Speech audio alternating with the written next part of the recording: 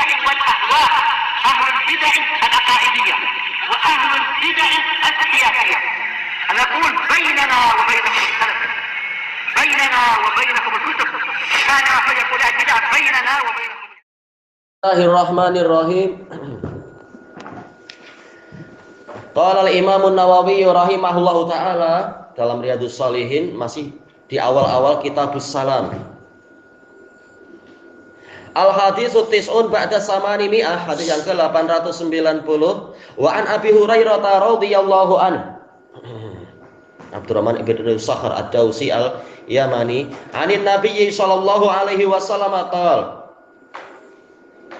Rasulullah SAW bersabda, lamma khalaqallahu ta'ala Adama sallallahu alaihi wasallam, tatkala Allah Ta'ala menciptakan Adam sallallahu alaihi wasallam, Allah mengatakan kepada Adam, idhab fasallim ala ulaik, pergilah engkau kemudian ucapkan salam kepada orang-orang itu, nafarin minal malaikati julus, yaitu sekumpulan dari malaikat yang sedang duduk-duduk.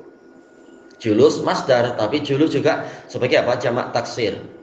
Fastami ma yuhayyunak, kemudian dengarlah apa yang mereka berikan kepadamu, yaitu penghormatan yang mereka berikan kepadamu. Fa innaha tahiyyatuka wa tahiyyatu dzurriyyatik, karena sesungguhnya penghormatan tadi adalah penghormatanmu dan penghormatan keturunanmu. Faqal, maka Nabi Adam mengatakan kepada mereka, assalamu alaikum. Faqalu, maka para malaikat mengatakan, assalamu alaika wa rahmatullah. Fazaduhu wa rahmatullah, mereka menambahi dengan kalimat wa rahmatullah. Muttafaqun alaih. Baik.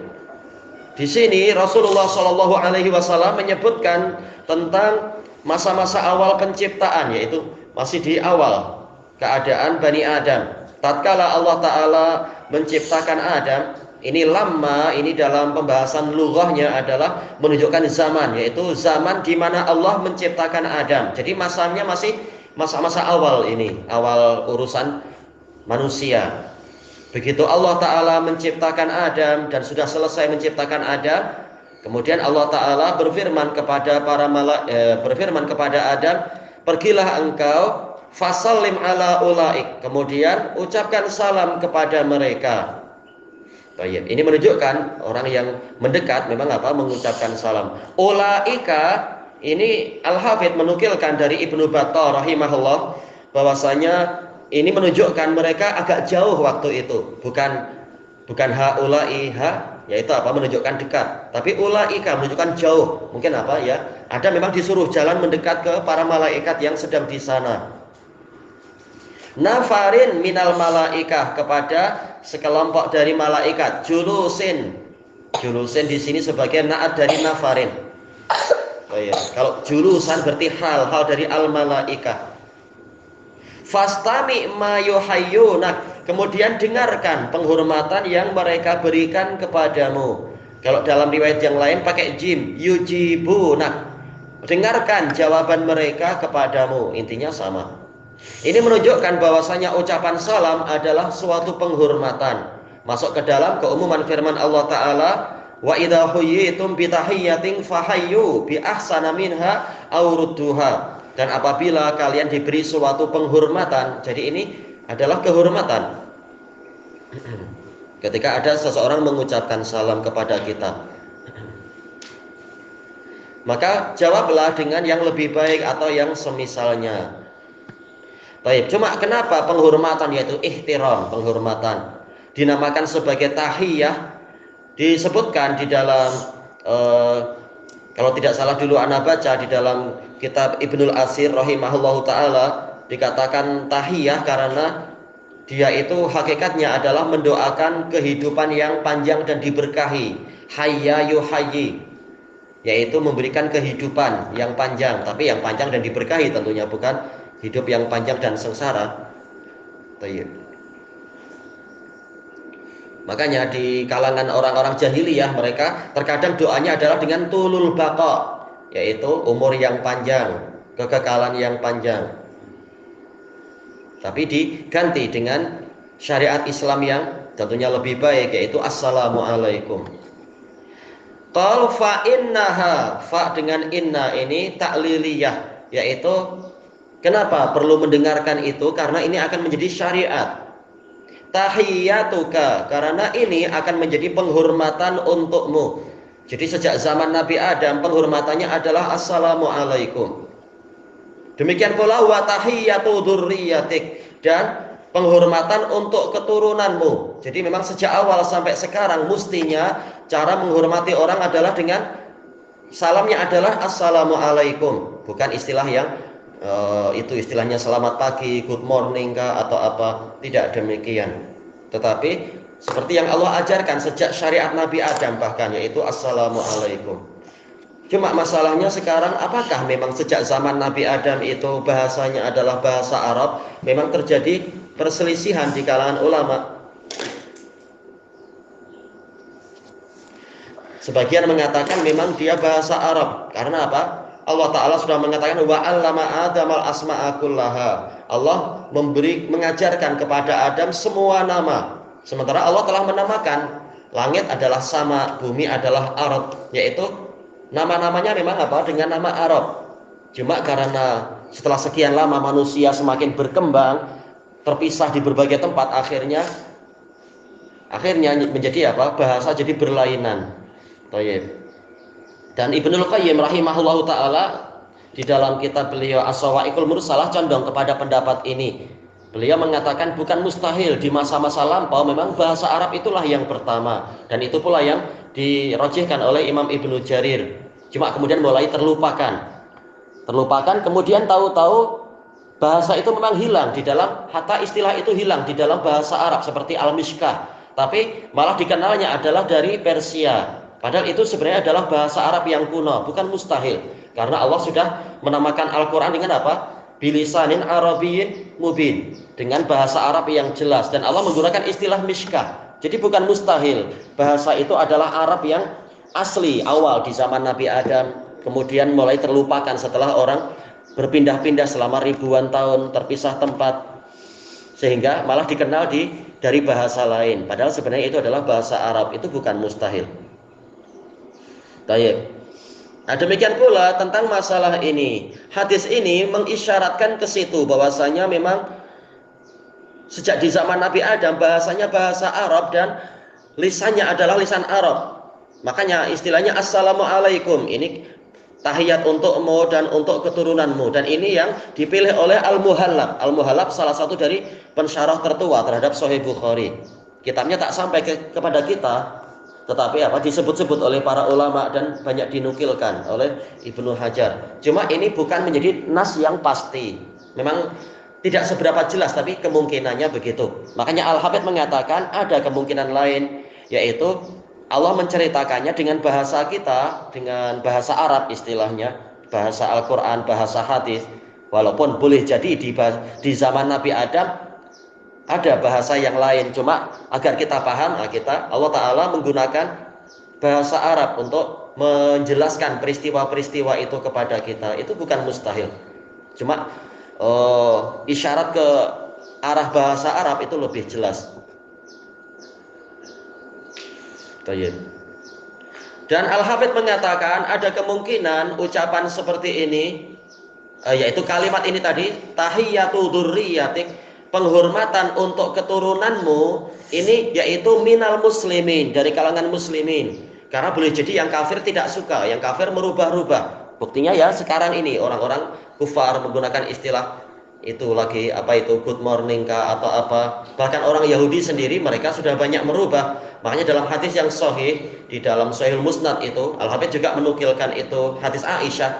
Rasulullah SAW bersabda, ma hasadatkumul yahud, ma hasadatkum alas salam wa ta'min. Orang Yahudi tidak mendengki kalian seperti kedengkian mereka kepada kalian dalam masalah salam dan ucapan amin. Aneh, kenapa mereka dengki? Kalau mereka masuk Islam, misalnya mereka mendapatkan syariat itu, tak perlu dengki. Apakah mereka tidak memiliki syariat itu? Bukan mustahil, dulu ada syariat itu, tapi mereka yang merubah-rubah Taurat, merubah syariat, sehingga Allah mencabut pensyariatan tadi. Bukan mustahil itu semua, karena kejahatan mereka sendiri. Sebagaimana mereka merubah-rubah masalah tarikh. Orang-orang Yahudi belakangan mereka merubah, tapi Yahudi yang terdahulu tidak sampai merubah tarikh, yaitu mereka menggunakan tarikh qamari, pergerakan bulan, bukan pergerakan matahari. Buktinya sampai di zaman Nabi sendiri beliau mendapati orang-orang Yahudi yang di mana itu, yang di Madinah, mereka masih mengadakan perayaan apa itu? Asyura, 10 Muharram. Tatkala Nabi tanya, hari apa ini? Mereka mengatakan ini hari besar, hari di mana Allah memuliakan, menyelamatkan Musa dari Fir'aun. Menunjukkan mereka sendiri menggunakan tarikh qamari, bukan tarikh syamsi. Makanya Imam Ibnu Taimiyah di dalam Iqtida' Shiratal Mustaqim, beliau mengatakan tarikh yang dipakai oleh para nabi semuanya adalah tarikh syamsi, bukan tarikh qamari, pakai peredaran bulan, bukan syamsi, bukan matahari. Buktinya mereka ada haji juga. Jelas itu adalah haji adalah ma'ruf. Bulan-bulan apa itu? Di bulan Syawal, Dzulqa'dah, Dzulhijjah. Sementara masalah penamaan itu sudah ada sejak zaman azali. Sebagaimana yang disabdakan oleh Nabi Shallallahu alaihi wasallam, Allah taala telah menetapkan 12 bulan sejak penciptaan langit dan bumi. 4 itu adalah bulan suci, yaitu apa? Yaitu Rajab Mudhar, kemudian ada Dzulqa'dah, Dzulhijjah dan Muharram. Menunjukkan ini memang sudah ada sejak zaman Allah menciptakan langit dan bumi. Masalah tarikh menggunakan qamariyah, bukan menggunakan syamsiyah. Maka bukan mustahil sebagaimana orang kafir merubah-rubah itu, mereka juga merubah-rubah cara pengucapan salamnya. Mestinya salamnya adalah assalamualaikum, mereka rubah sesuai dengan kesukaan hati mereka. Baik. Apa yang diinginkan oleh Imam Nawawi di sini, yaitu memang ini adalah keutamaan. Buktinya beliau memasukkan ini dalam bab fadlus salam, yaitu keutamaan salam. Apa keutamaan salam di dalam hadis ini? Bahwasanya ini memang sudah dikenal bahkan di zaman Nabi Adam, dan Allah tetapkan itu sebagai syariat untuk keturunannya. Ini kemuliaan yang besar. Jadi umat Islamlah yang menghidupkan syariat ini, bukan orang Yahudi, bukan orang Nasrani atau yang lainnya. Merekalah yang setia dengan ajaran nenek moyang, bukan orang-orang yang malah katanya ikut nenek moyang, tapi nenek moyang yang berbuat syirik, yang berbuat ajaran rusak-rusak. Justru orang yang setia dengan ajaran Nabi Muhammad SAW itulah yang setia dengan ajaran nenek moyang, bukan nenek moyang yang baru beberapa ratus tahun, bahkan ajaran Nabi Adam, nenek moyang tertinggi. Baik. Kecuali yang ikut teorinya si pendurhaka itu, siapa itu Charles Robert Darwin, nggak tahu salamnya jadi apa itu. Kalau nenek moyang manusia adalah beruk, nggak tahu gimana cara salam. Nauzubillah. Ini menghina nenek moyang dia. Yang ikut nenek moyang mestinya salamnya bukan selamat pagi atau sugeng rawuh, bahasa Jawa malah. Harusnya assalamualaikum. Dulu sempat di masa-masa anak kecil, budaya Islam itu memang sangat asing, walaupun mereka mengaku muslim, ngasih sholat, tapi istilah assalamualaikum itu sangat asing di beberapa tempat. Ini aneh. Sekarang alhamdulillah sudah tersebar luas lagi. Kemudian faqal assalamualaikum.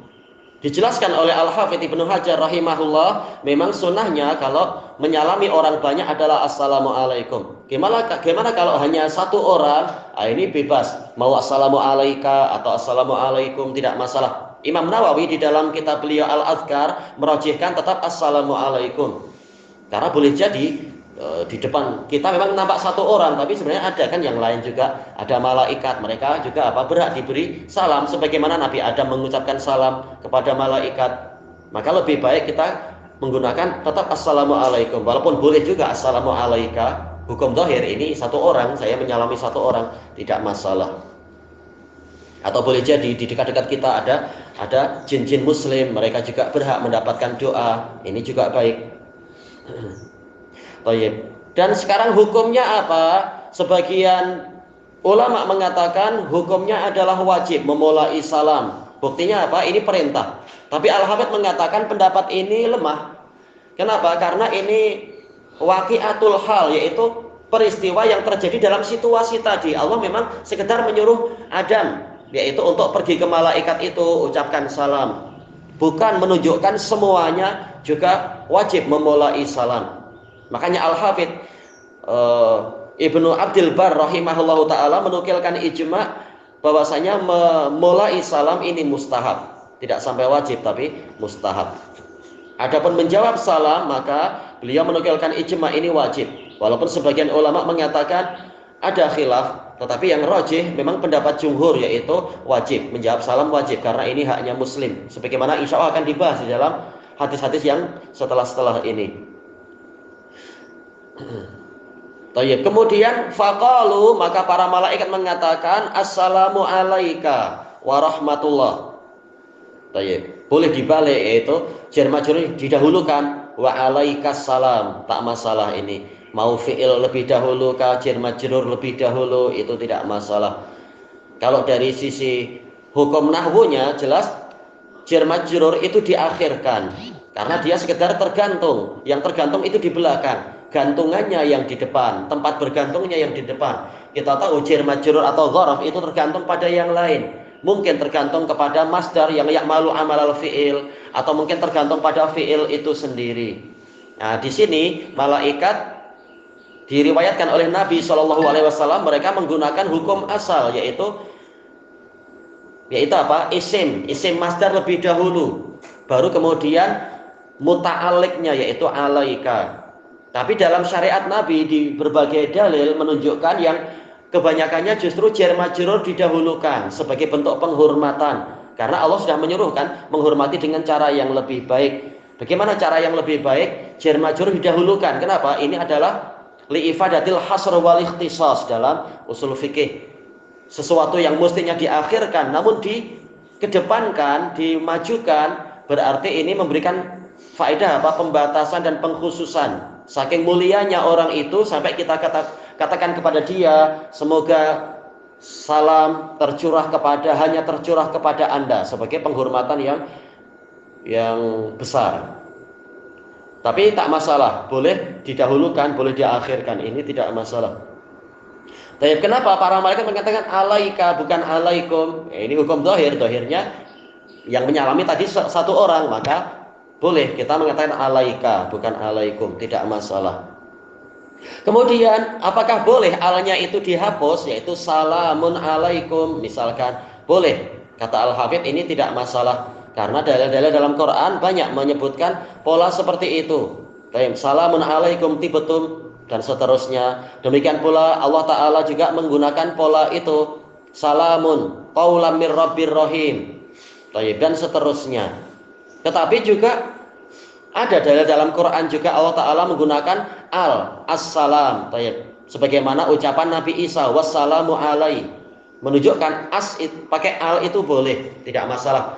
Tapi mana yang lebih baik? Al-Hafidz dalam Fathul Bari merojihkan al itu lebih baik, karena dalil-dalil banyak dari Nabi itu menggunakan as-salam, bukan salamun, tapi as-salam, karena ini menunjukkan kesempurnaan. Al-Hafidz bahkan mengatakan al di sini adalah litafkhim wa taksir, yaitu salam yang banyak dan besar. Jadi ini lebih baik menggunakan al, ada alnya di situ, pakai ma'rifah bukan nakirah. Kalau orang banyak yang diberi salam, apakah wajib semuanya menjawab? Dinukilkan oleh Al-Hafidz dari sejumlah ulama, yaitu ini polanya adalah pola kifai. Beliau menukilkan dari Al-Maziri dan lain-lain, yaitu fardu kifayah. Satu orang menjawab itu sudah cukup tatkala mereka adalah satu rombongan yang diberi salam. Nah, satu orang boleh mewakili, tak masalah.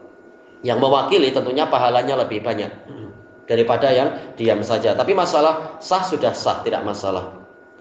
Tayyib. Wa rahmatullah fazaduhu rahmatullah. Mereka menambahkan kepada Nabi Adam rahmatullah. Ya, ini malaikat memberikan contoh menjawab salam dengan yang lebih baik. Bukan sekedar kesejahteraan untuk Anda, tapi juga rahmat Allah tercurah untuk Anda. Tayyib, muttafaqun alaih. Ilahuna wallahu a'lam.